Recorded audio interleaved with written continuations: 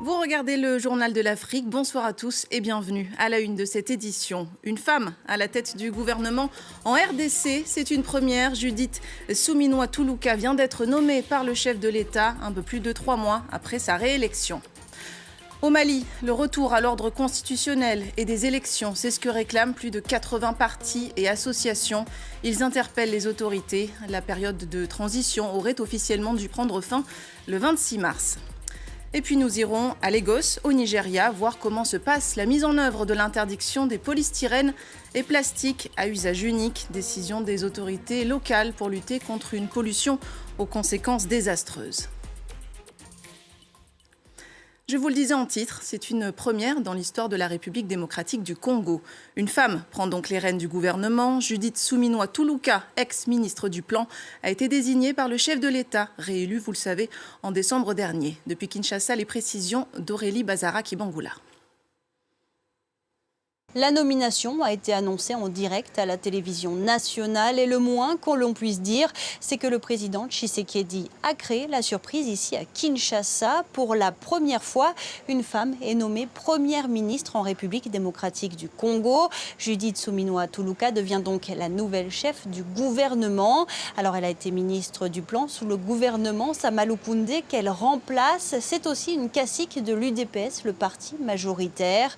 Alors dans ses premiers mots, la nouvelle première ministre a affirmé que, je cite, « la tâche est grande, les défis immenses », tout en affirmant que le président pourra compter sur sa grande loyauté. Judith Suminwa-Tuluka a aussi dit quelques mots sur la situation dans l'est du pays. La région est en proie depuis plus de 2 ans aux violences des groupes armés, notamment à la rébellion du M23. C'est l'un des gros dossiers qui l'attendent et le ton est donnée. Elle évoque des conflits où, je cite, des ennemis sont parfois cachés, des ennemis que le gouvernement va, je cite, pourchasser. Alors, prochaine étape pour Judith Suminwa-Tuluka, former son gouvernement dans les prochains jours. Il réclame le retour à l'ordre constitutionnel et l'organisation d'élections dans les meilleurs délais. Au Mali, plus de 80 partis et associations interpellent les autorités en place. Dans 2 communiqués distincts, ils soulignent que la transition aurait dû prendre fin le 26 mars et n'excluent pas de mener des actions s'ils ne sont pas entendus. La correspondance de Serge Daniel. Près de 4 ans après le coup d'État qui a porté une junte au pouvoir au Mali, c'est désormais une importante frange de la classe politique locale, mais également des associations politiques, des associations de défense des droits humains qui réclament le retour à l'ordre constitutionnel. Plusieurs raisons évoquées. Le délai fixé pour la transition est désormais dépassé. Ensuite, il n'y a pas, disent ces contestataires, il n'y a pas de démocratie sans élections démocratiques, pluralistes et libres. Et il faut aller vite, comme l'explique Amadou Ogoïta, l'un des porte-parole des partis politiques et associations qui demandent le retour à l'ordre constitutionnel au Mali. Nous disons que 2024 doit être l'année électorale. 2023 doit être la fête de la démocratie. 2024 doit nous permettre aujourd'hui de terminer la transition pour qu'en 2025, que le futur président investit, s'attelle à son travail, s'attelle à la mise en place de son projet pour le développement économique et l'harmonie de notre pays. Cette frange importante de la classe politique et d'associations maliennes qui réclament un retour à l'ordre constitutionnel entendent manifester pacifiquement si leur message ne passe pas auprès de la junta. Au même moment, il y a un deuxième front qui s'ouvre contre les militaires, cette fois-ci sur le terrain juridique. Ces 2 associations de magistrats ont introduit une requête auprès de la Cour constitutionnelle du Mali pour déclarer, pour constater la fin officielle de la transition et pour pousser, permettez l'expression, les militaires à organiser rapidement les scrutins. Au Gabon, c'est demain que s'ouvre le dialogue national inclusif, 7 mois après le coup d'État.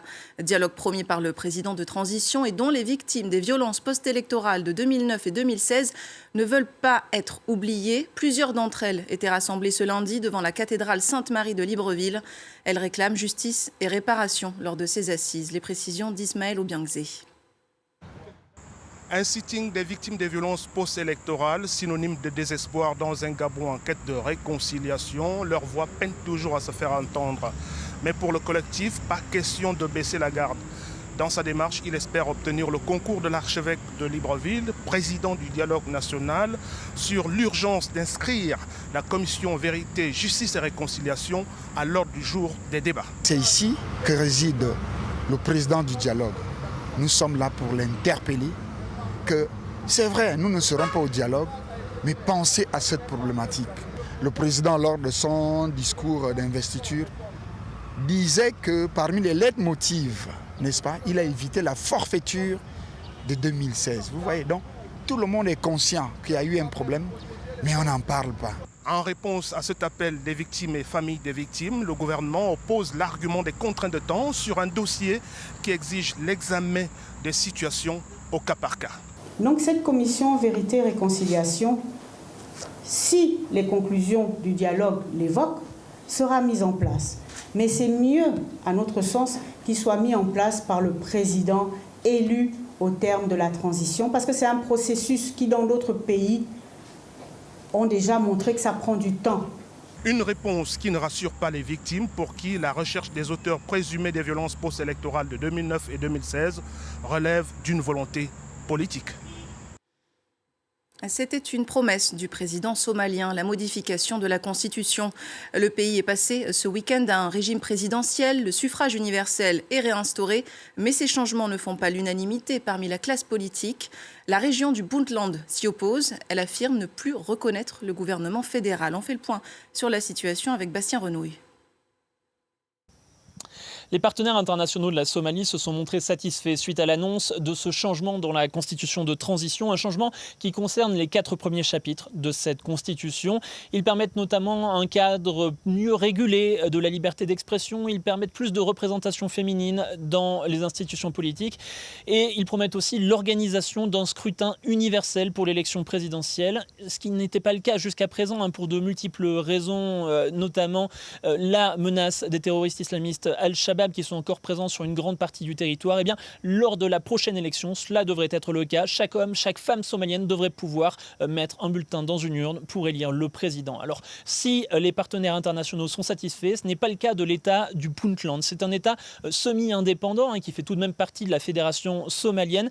Et il l'affirme ce lundi dans un communiqué. Il ne reconnaît plus les institutions fédérales jusqu'à ce qu'il y ait un référendum qui soit organisé et que chaque Somalien puisse donner son avis vis-à-vis du changement de constitution. Le Puntland qui considère qu'il n'a pas été assez consulté avant le changement de cette constitution, malgré le fait qu'il ait des députés qui siègent à Mogadiscio au Parlement. Alors, que va-t-il se passer maintenant ? Le Puntland va-t-il faire sécession ? A priori, il n'y a pas de chance que cela se produise dans un avenir extrêmement proche. Quelle va être la réaction de Mogadiscio ? Eh bien, impossible de le savoir à l'heure actuelle. Le président n'a toujours pas réagi. À Lagos, au Nigeria, où en est-on plus de 2 mois après l'interdiction des contenants en polystyrène et plastique à usage unique ? Par cette mesure, les autorités espèrent mettre un terme à ce qu'elles qualifient de désastre environnemental, mais il faut du temps pour changer les habitudes. Moïse Gomis. Plusieurs fois par jour, ces agents s'activent sur cette partie de la lagune de Lagos. Ici, à chaque passage, des dizaines de kilos de polystyrène et de plastique sont ramassés. L'État de Lagos gère ce nettoyage complexe. L'activité humaine dans la mégapole génère tous les jours 13 000 tonnes de déchets. C'est un problème parce que la densité de la population est trop élevée. L'un de nos principaux défis consiste donc à évacuer les déchets hors des espaces publics de Lagos. Ces camions poubelles vont sur le terrain 24 heures sur 24. Ici, dans le quartier de Mouchine, près de 900 000 personnes vivent sur 17 km². Certains habitants déposent leurs déchets plastiques sur les axes principaux pour faciliter le ramassage, mais la majorité les jette dans l'espace public sans discernement. Fabriqué à partir du pétrole, le polystyrène est pourtant inflammable et il n'est pas biodégradable. Nous ne pouvons pas nous exposer à un tel danger. Le polystyrène est un poison. Nous ne pouvons pas nous permettre de faire cela à notre population. Pour Keshi Ania, cette interdiction est une bonne décision. Pourtant, elle perd plusieurs dizaines de milliers d'euros de son chiffre d'affaires, car cette grossiste fournissait des packs en polystyrène à des centaines de restaurants de rue. Le timing de l'interdiction l'a surprise. Pour elle, il faudrait sensibiliser les millions de clients de ces restaurants de rue. Il ne s'agit pas seulement de nous dire d'arrêter d'utiliser ces produits. Il est très important d'apprendre à nos concitoyens à se débarrasser de leurs déchets. Sinon, les sacs plastiques, les bouteilles et tout le reste retourneront dans le système d'évacuation des eaux. Proposer aux habitants davantage de solutions pour le recyclage, c'est un des défis pour l'État de Lagos, car seulement 8% des déchets de la mégapole sont recyclés. Et on termine ce journal au Kenya, où la pratique de l'escrime est une véritable échappatoire pour des adolescents de la capitale. Et pour certains, c'est même bien plus qu'un simple loisir, comme vous allez le voir dans ce sujet signé Camille Nedelec. Se battre pour une vie meilleure, riposte par riposte. Pour le coach national d'escrime du Kenya, le sport a transformé sa vie. Son destin semblait se tourner vers la prison ou la mort. Mais maintenant, il est un athlète de premier plan qui cherche à inspirer les autres. Je faisais partie d'un gang. J'étais dans le monde criminel. Et le crime vous isole. En étant isolé, vous êtes déprimé et stressé. J'ai choisi l'escrime comme moyen de m'échapper de mon quartier et de fuir ce mode de vie. Et le sport a aussi conquis les jeunes escrimeurs qui reconnaissent qu'il leur a permis de faire de meilleurs choix dans leur vie. Je ne peux pas imaginer mon quotidien sans ce sport, car il occupe une grande partie de ma vie. Dans ma région, de nombreuses filles sont devenues mères très jeunes, et ce n'est pas une vie merveilleuse. Faute de mieux, la rue se transforme en arène. Mais malgré le manque d'équipement et de ressources, ces sportifs débordent d'ambition.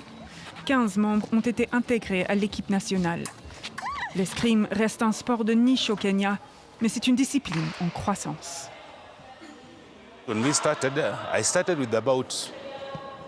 L'escrime n'est pas un sport populaire comme le football ou l'athlétisme, mais nous faisons de notre mieux pour que le sport se développe. J'ai commencé avec 4 personnes et maintenant nous avons de bons escrimeurs. Nous avons environ 45 personnes. Les écoles ont commencé à s'y intéresser. Nous avons un plan stratégique et dans 5 ans, je sais que l'escrime aura pris de l'importance dans le pays. La Fédération d'escrime du Kenya espère que dans les années à venir, ses membres participeront à des événements internationaux, tels que les Jeux Olympiques. Et c'est la fin de cette édition. Merci d'avoir été en notre compagnie. L'information continue sur France 24.